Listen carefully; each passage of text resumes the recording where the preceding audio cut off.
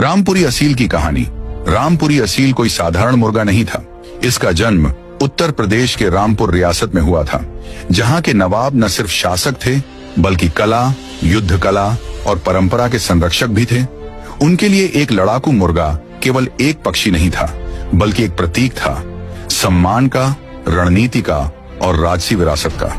नवाबों ने अपने सबसे कुशल पक्षी पालकों को आदेश दिया कि ऐसा मुर्गा तैयार किया जाए जो शारीरिक रूप से ताकतवर, मानसिक रूप से संतुलित और युद्ध कला में पारंगत हो। उन्होंने भारत के कोने कोने से उच्चतम नस्लों के पक्षी मंगवाए, कहीं से तेजी, कहीं से ताकत और कहीं से सहन शक्ति। इन सभी गुणों को मिलाकर कई वर्षों के बाद एक नई नस्ल तैयार हुई, रामपुरी असील। यह मुर्गा केवल ताकतवर नहीं था, यह रणनीति से लड़ता था, धैर्य से वार करता था और मैदान में एक योद्धा की तरह खड़ा रहता था।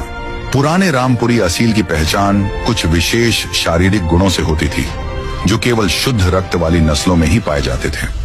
सबसे खास थी उसकी आंखें।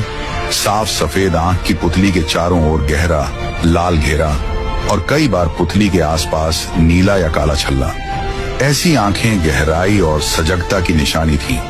इस नस्ल की ऊंचाई 18 से 22 इंच होती थी, पैर से लेकर कंधे तक। यह ऊंचाई न केवल उसे गरिमामय बनाती थी, बल्कि उसे दूर से हमला करने में भी सक्षम बनाती थी। उसकी टांगें सफेद रंग की, चौड़ी और मजबूत होती थी, जिसमें जबरदस्त हड्डियों की ताकत होती थी। चाल सीधी और नियंत्रित, मानो कोई सिपाही परेड कर रहा हो।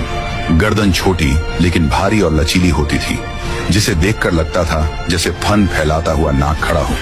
चोंच मोटी और थोड़ी मुड़ी हुई, जो लड़ाई के समय पकड़ियश और चोट के लिए आदर्श थी। कंघी कोम्ब बहुत छोटी और कठोर होती थी, जो चोट से बचाव में मदद करती थी। छाती चौड़ी और सीधी और शरीर के हर हिस्से में कसाव था, जैसे हर मांसपेशी युद्ध के लिए तैयार हो। रामपुरी असील केवल एक लड़ाका नहीं था, वह एक रणनीतिक योद्धा था, जो सोचकर वार करता था और मुकाबले के बीच में रणनीति बदल सकता था। कई दशकों तक रामपुरी असील उत्तर प्रदेश के चुनिंदा पक्षी पालकों के पास सुरक्षित रहा, लेकिन समय बदला।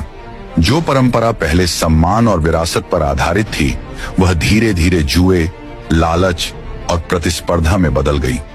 लोगों ने तेज जीत के लिए इस शुद्ध नस्ल को हल्के और कमजोर नस्लों से क्रॉस ब्रीड करना शुरू कर दिया।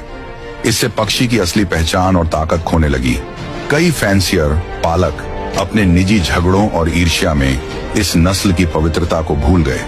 नकली नामों से पक्षियों को बेचना शुरू किया गया।